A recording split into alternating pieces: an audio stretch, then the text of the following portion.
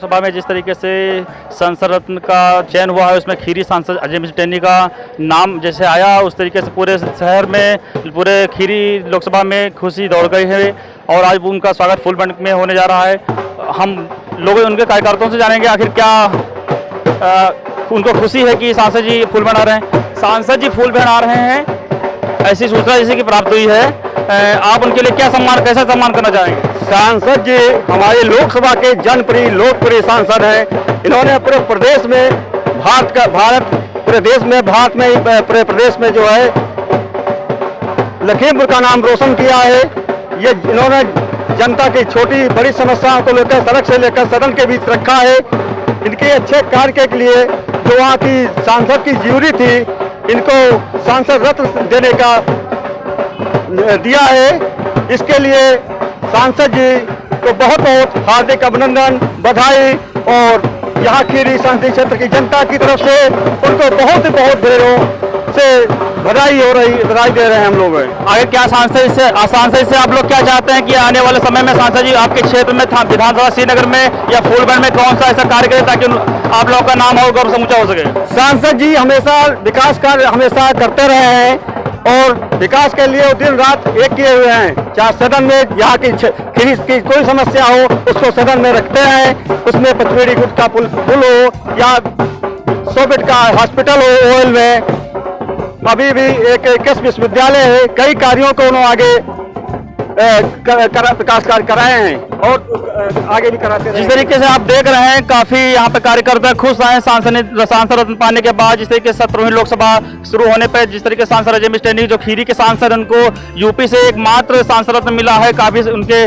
कार्यकर्ता खुश है। आज उनका स्वागत फूल बैंड में किया जा रहा है। आप जैसे कि देख रहे हैं काफी भीड़ है, यहाँ पे काफी जनता मौजूद है। कैमरा पर्सन खतीब के साथ आशीष श्रीवास्तव, फूल बैंड लखीमपुर खीरी।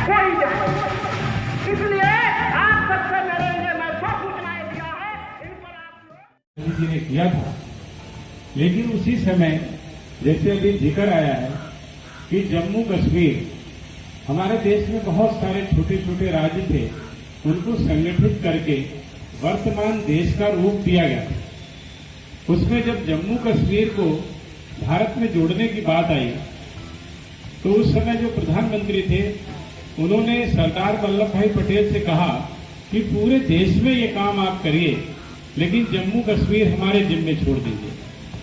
और जवाहरलाल नेहरू के ऊपर इसको छोड़ने का परिणाम ये हुआ।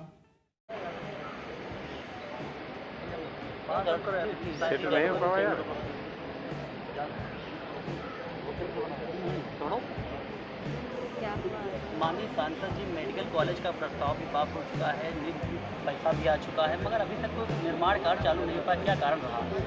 देखिए ऐसा है, जब ये चुनाव हुआ था 2019 का तो हमने हमारे देश में मेडिकल कॉलेजों की जो बहुत कम संख्या है और आबादी बड़ी है, इसलिए स्वास्थ्य के क्षेत्र में डॉक्टरों की कमी भी रहती है और अस्पतालों की भी असुविधा थी। तो इसलिए हमारी सरकार ने और हमारी पार्टी ने ये तय किया था कि हर 3 लोकसभा के बीच में हम एक नया मेडिकल कॉलेज बनाएंगे और उस क्रम में 75 मेडिकल कॉलेज कुल बनने हैं। हमारा जिला सौभाग्यशाली है कि प्रथम चरण में ही लखीमपुर जनपद को मिल गया और ख़ासकर मेरी लोकसभा को मिला। 3 लोकसभाओं में 1 लोकसभा में मेडिकल कॉलेज होना है, वो हो गया है और यहाँ की घोषणा भी हो गई है। प्रदेश सरकार की अनुमति भी मिल गई है। केंद्र से 20 करोड़ का बजट भी आवंटित हो गया है और बहुत शीघ्र मेरे ख्याल में टेंडर वगैरह होंगे। उसके बाद जो जमीन भी प्रस्ताव हो चुका था, उसके बाद दूसरी जगह जाना क्या कारण था? दूसरी जगह चली गई क्या? मतलब मुझे नहीं जानना। देखिए गांव के लोगों का उसमें नहीं, देखिए जो भी अभी मेरे ये जानकारी में नहीं है, ये जो भी होगा वो अच्छी जगह पे बने। देखो मेडिकल कॉलेज कोई प्राथमिक स्वास्थ्य केंद्र तो है नहीं, 250 करोड़ रुपए खर्च होगा, एक लोकसभा में बनेगा जरूर, लेकिन ये एक लोकसभा के लिए नहीं, 2-3 जिलों को प्रभावित करेगा। हमारा बॉर्डर का क्षेत्र जो है उसको नेपाल को भी प्रभावित करेगा। उसके साथ साथ उसके कुछ मानक होंगे, कोई ज़रूरतें होंगी। इसमें सीधी सी बात यही होगी कि ज़रूरतों को पूरा करना और उपयोगी साधन, वो जहाँ पर भी होगा वो प्रशासन का काम है, उसमें हम लोगों का कोई दखल नहीं है। हमारा काम ये था कि मैं इसको किसी तरह से अपनी लोकसभा में खींच के ले आऊँ। मैं अपनी लोकसभा में ले आया हूँ और अब उसको मेडिकल कॉलेज को बनाने के लिए बजट भी पास हो गया है। जहाँ पर लोग तय करेंगे, प्रशासन तय करेगा, उनकी कमेटी होगी, PWD की कमेटी होगी, वो लोग जो तय करेंगे वहाँ पर। कृषि विज्ञान केंद्र, हाँ हाँ, कृषि विज्ञान केंद्र। देखिए ये भी बहुत सौभाग्य की बात है कि पूरे देश में सब लोकसभाओं में एक एक कृषि विज्ञान केंद्र भी नहीं। हमारे यहाँ ये दूसरा खुलने जा रहा है। ये दूसरा कृषि विज्ञान केंद्र हमने ज़बरदस्ती, जो हमारा लास्ट में था, जो आखिरी कैबिनेट की मीटिंग हुई थी 2014 से 19 वाली सरकार की, उसमें हमने पास करवाया था। और यहाँ अपने मजरा फार्म में, इसमें बाकी जो हमारा पहला कृषि विज्ञान केंद्र है उसमें धान, गेहूँ, इसी सब जो फसलें हैं उनके विषय में रिसर्च होती है और रिसर्च के बाद कौन सा बीज कहाँ बोया जाए उस पर चर्चा होती है। ये जो हमारा कृषि विज्ञान केंद्र खुलने जा रहा है ये गन्ने के बारे में रिसर्च करेगा और गन्ने की नई पौधें कौन सी हों, किस तरह में गन्ना ज़्यादा पैदा हो, गन्ने में शुगर की जो परसेंटेज है वो कैसे ज़्यादा हो, उस पर वो काम करेगा। एक इस तरीके से राहुल गांधी ने बराबर सरकार के ऊपर आरोप लगाए हैं, चीन जो सीमा के ऊपर है, आप क्या कहेंगे राहुल गांधी? आपसे मैं अपना उत्तर दूं उससे पहले मैं एक बात आपसे पूछना चाहता हूं, राहुल गांधी को आप गंभीरता से लेते हैं?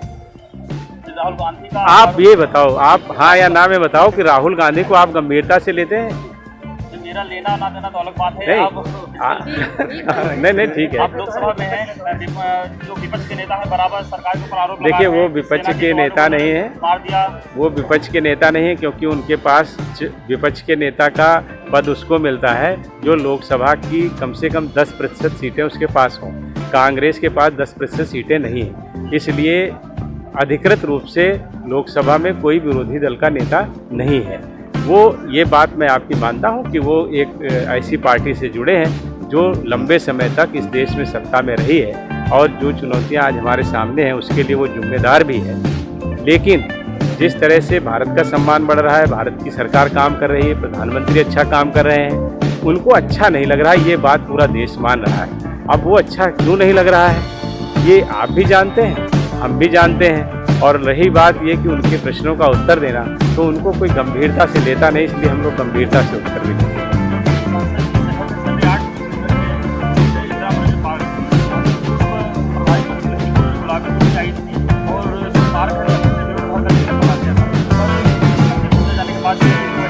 नहीं, उसमें ऐसा है कि उसमें देखिए विधायक जी ने भी प्रयास किया है, हमने भी उसमें पत्र लिखा है। जो मौजूदा वन मंत्री हैं दारा सिंह चौहान, उनसे भी मेरी बात हुई है। उन्होंने मुझे ये कहा है कि मैं बहुत जल्दी इसके लिए प्रस्ताव बनाऊंगा और बना करके इसको करेंगे। लेकिन अब इधर बीच में हमारा ये संक्रमण काल आ गया, अन्यथा मैं इस बीच में इसके लिए प्रयास करता। हम लोग इसके लिए करेंगे। मेरी प्रतिबद्धता है कि इंदिरा मनोरंजन वन एक अच्छा पर्यटन स्थल बने।